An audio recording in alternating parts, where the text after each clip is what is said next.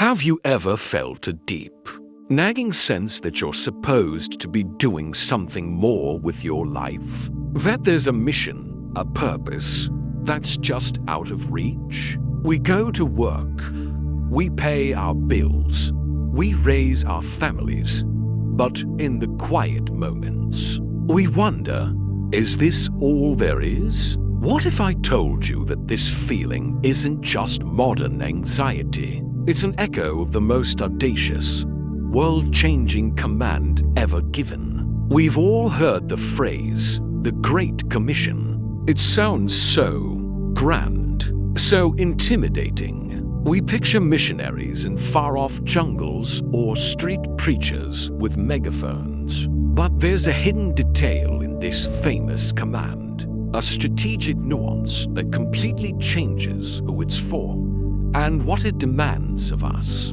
It's a detail most of us have missed, and it's been holding us back.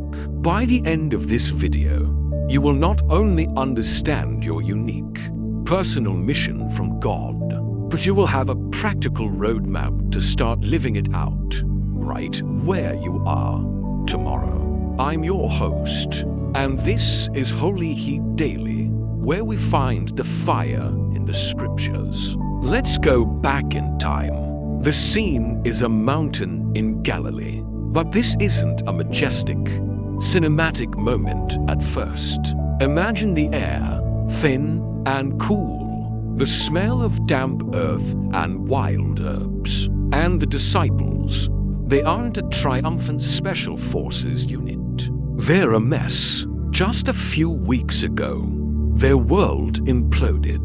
They watched their leader, their friend, Jesus, get arrested, tortured, and brutally executed.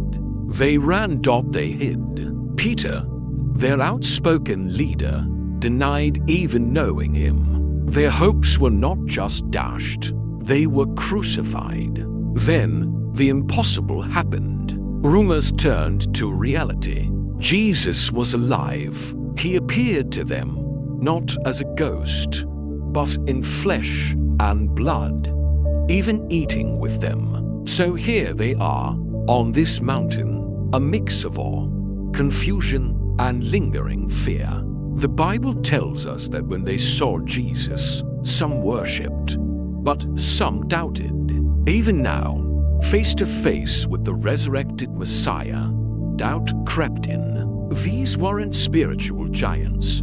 They were fishermen, tax collectors, and zealots haunted by their recent failure. The stakes were impossibly high. The most powerful empire in the world, Rome, wanted this new movement crushed. The religious authorities who orchestrated Jesus' death were still in power. If these men failed, the hope of the resurrection would die with them on that mountainside. This is where we get our first big misconception, the Sunday school version. We're often taught that Jesus looked at his 11 perfect apostles and said, "Okay, super team, go and convert the world." We see it as a command for the professionals, the ordained, the hyper-spiritual. The very word commission sounds like a job for someone else. We think, I'm just a mom, a student, an accountant, a barista. I'm not qualified. I still have doubts myself. How can I lead anyone else? But let's dismantle that. Look at the original Greek. When Jesus says go, the word used is a participle, peuthens. It literally means as you are going or having gone. It's not the primary command, the main verb. The actual command of the entire sentence is make disciples, mathetoisate. Think about that. The mission isn't a special trip you take. It's what you do on the journey you're already on. It's not go to work. It's as you go to work, make disciples. It's not go to the grocery store. It's as you go to the grocery store, make disciples. This shatters the idea that mission is a separate category of the Christian life. The old view paralyzes us with a sense of inadequacy. This real view empowers us because it reframes our entire existing life, our job, our family, our hobbies as the very context for our mission. Now for the theological twist, the real meat. If the main command is to make disciples, what does that even mean? Jesus gives us the answer immediately. He says, baptizing them, teaching them to obey everything I have commanded you. Notice the order.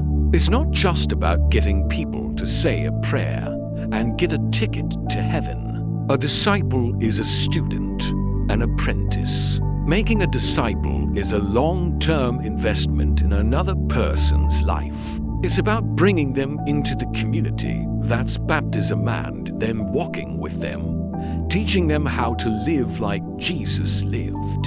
Here's the analogy. Making a disciple isn't like selling a product. It's like training for a marathon. A salesperson can get a signature and walk away, but a marathon trainer runs alongside you. They show you how to breathe, how to pace yourself, what to eat.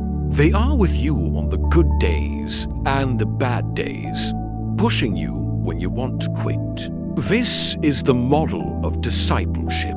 It's relational. It's life on life. And here's the most beautiful part.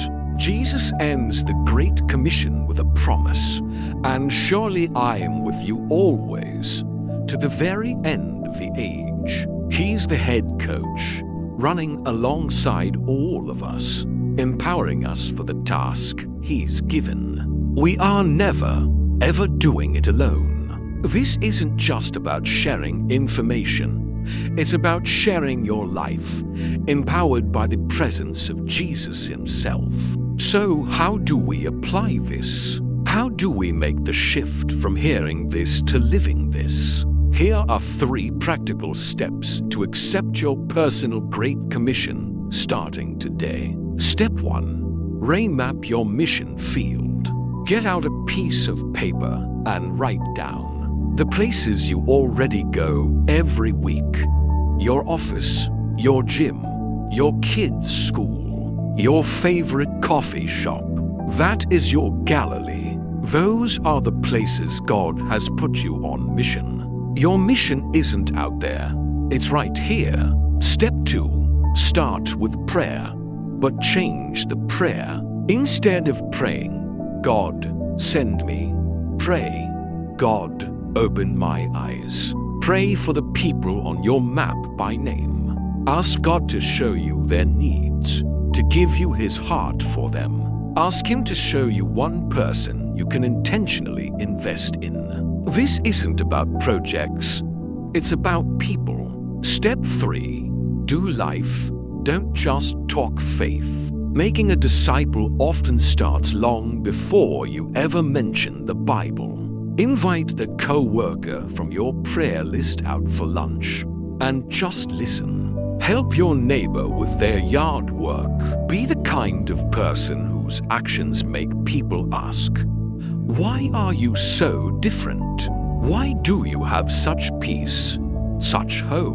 When they ask, you simply tell them about the one who is with you always, your trainer, your coach, Jesus. The Great Commission is not a burden for the few.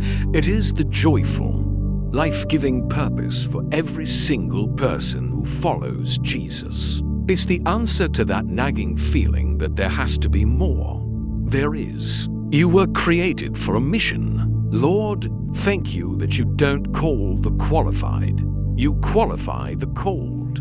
You took a group of broken, doubting men and women and turned the world upside down through them. Do the same with us. Remove our fear and our excuses. Open our eyes to see the mission field you have already placed us in. Give us your heart for one person this week, and the courage to take one small step of faithful obedience. We want to be marathon runners with you. Amen. If this message helped you reframe your mission, Subscribe to the channel for more Holy Heat Daily.